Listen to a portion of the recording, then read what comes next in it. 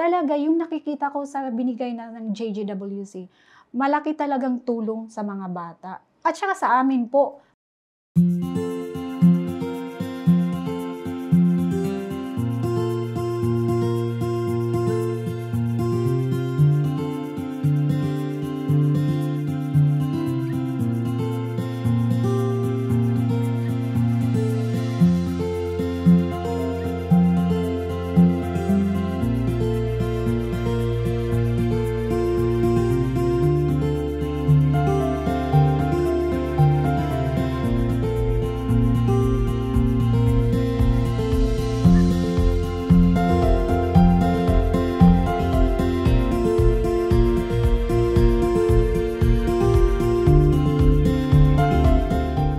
Ang province of Biliran, ito yung first na Bahay Pag-asa in Region 8. So actually yung Bahay Pag-asa, since na-establish siya, tapos sinabit namin for accreditation, level 1 lang talaga. For ilang years na level 1 yung center.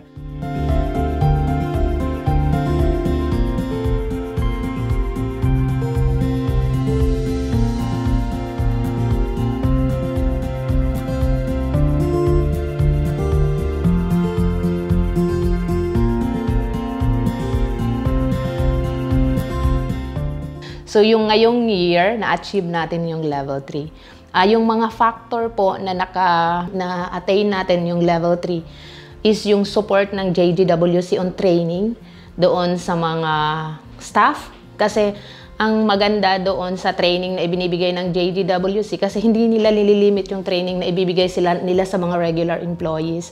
In fact, pati yung mga job order natin, which is yun ang maraming natin sa center, binibigyan nila ng support na makapag-attend ng mga trainings. Isa kasi sa tinitingnan doon sa tool ng accreditation is yung mga trainings ng staff.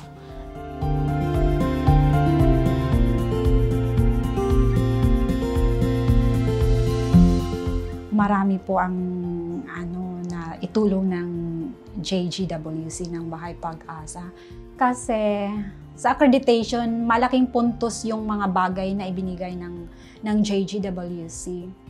Before, wala kaming musical instruments, wala yung psychologist, wala yung iba-ibang trainings.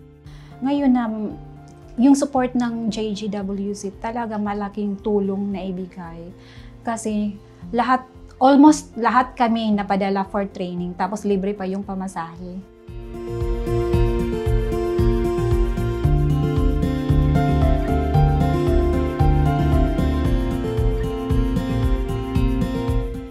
Before, medyo nangangapa yung mga staff, lalo na yung wala pang mga trainings na inaatinan.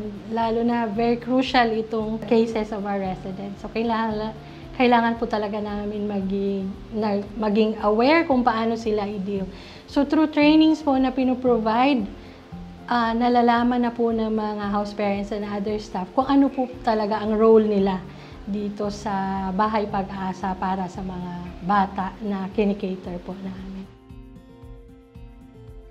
Tapos hindi lang yun na binadala kami sa ibang lugar pag-attend ng training. Meron ding training na i-conduct dito sa Bahay Pag-asa sa aming mga kabataan, yung LSI, yung anger management. Talaga yung mga bata na-apply nila. So yun ang maganda na naibigay talaga ng JG sa Bahay Pag-asa Biliran. Yun, malaki talaga yung impact yung mga trainings na naibigay sa mga bata.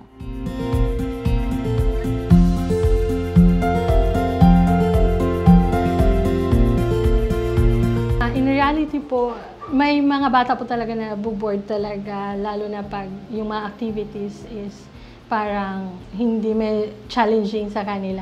So this time po, dahil po sa mga pinrovide po ng JGWC, meron na pong mga times na ang mga bata ay like mayroong musical instruments. So kung interested sila into music, doon sila.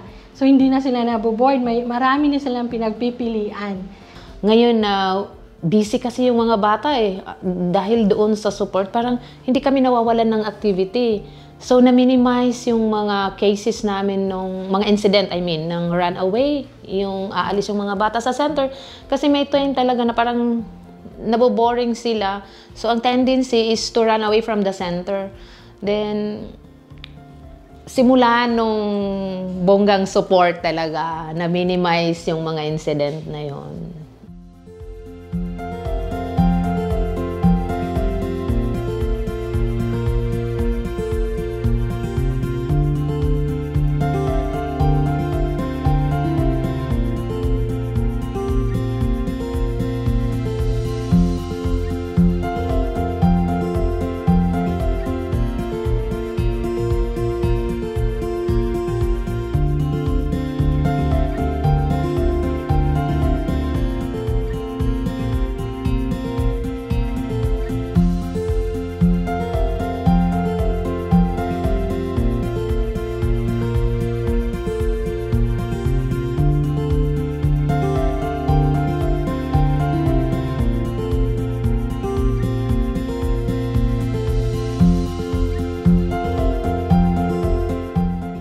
Kasi before po sa support wala pang support ng JJ, wala kaming naibibigay na programs na and services to yung mga na-reconcile na sa family.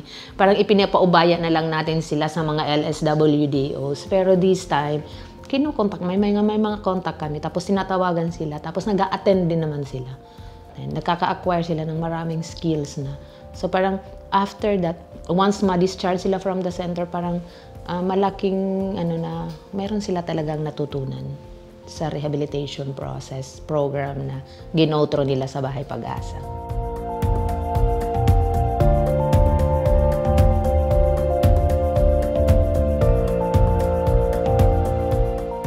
Itong napukas gawas, pagsod na ako diri damog nagbago sa akong kagalingan, nagkaan sa kwaba, nagpangat na pagsod na ako diri. Bisag ako na-discharge na ako.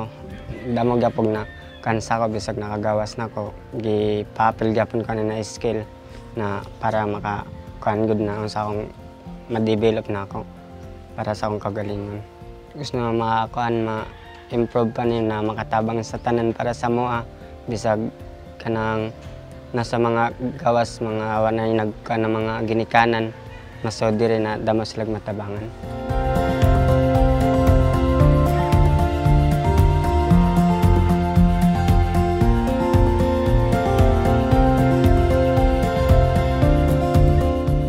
Yung support ng JGWC na ma-continue siya kasi para ma-continue din talaga yung services na nami-meet namin yung high standard ng services na dapat ibigay natin sa mga bata.